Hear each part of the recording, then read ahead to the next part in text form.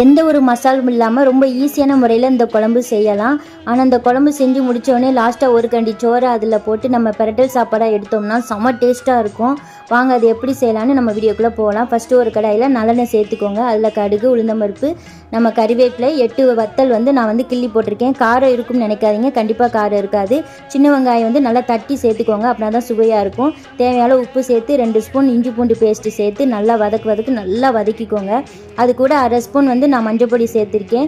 இது கூட நான் 1/2 கிலோ சிக்கன் சேர்த்துருக்கேன். சேர்த்து நல்லா கிளறி விட்டுக்கோங்க. வதக்கி விட்டுட்டு மூடி போட்டு சிம்மில் 20 நிமிஷம் நல்லா வேக வச்சு எடுத்துட்டிங்கன்னா அந்த வத்தல் உள்ள ஜூஸ் எல்லாம் நமக்கு இதில் இறங்கி சூப்பரான முறையில் நமக்கு சிக்கன் நல்லா வெந்து தயாராகிடுச்சு.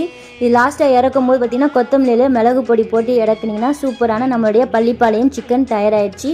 இது ரொம்ப ரொம்ப சூப்பராக இருக்கும். இது பேச்சுலர் பிஸ்னஸ்க்கு ரொம்ப யூஸ்ஃபுல்லாக இருக்கும். நீங்களும் ட்ரை பண்ணி பாருங்கள். வீடியோ பிடிச்சா சப்ஸ்கிரைப் பண்ணுங்கள்.